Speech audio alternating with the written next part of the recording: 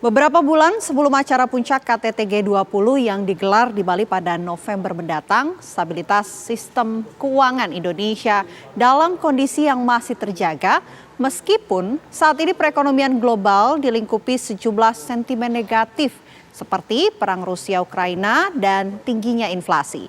Dari sisi fiskal, APBN melanjutkan kinerja yang positif dengan realisasi pendapatan negara hingga akhir Juni 2022 mencapai 1.317,2 triliun rupiah.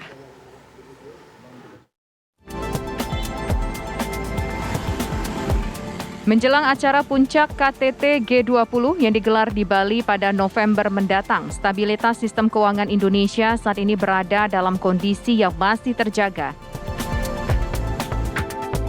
Stabilitas sistem keuangan yang dalam kondisi terjaga ini terjadi di tengah tekanan perekonomian global yang meningkat sebagai akibat berlanjutnya perang Rusia-Ukraina, tekanan inflasi global, serta respon pengetatan kebijakan moneter global yang lebih agresif.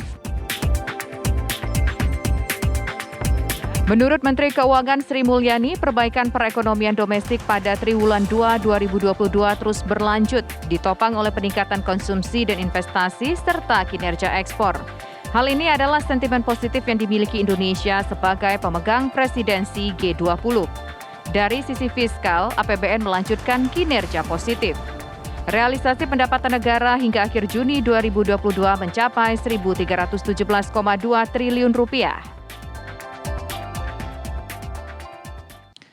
Dari sisi fiskal, APBN terus melanjutkan kinerja yang positif dan baik. Realisasi pendapatan negara pada akhir Juni mencapai 1.317,2 triliun rupiah. Itu artinya mengalami pertumbuhan 48,5% year on year dibandingkan penerimaan negara tahun 2021 bulan Juni. Sepanjang semester 1 tahun ini, pemerintah juga mencatat peningkatan konsumsi dan investasi serta kinerja ekspor. Ini menunjukkan optimisme masyarakat terhadap prospek pemulihan ekonomi.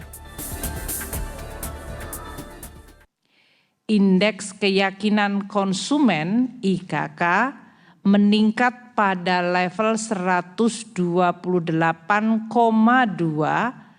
dari posisi Maret yang waktu itu hanya di 111,0. Hal ini menunjukkan bahwa masyarakat memiliki optimisme terhadap prospek pemulihan ekonomi.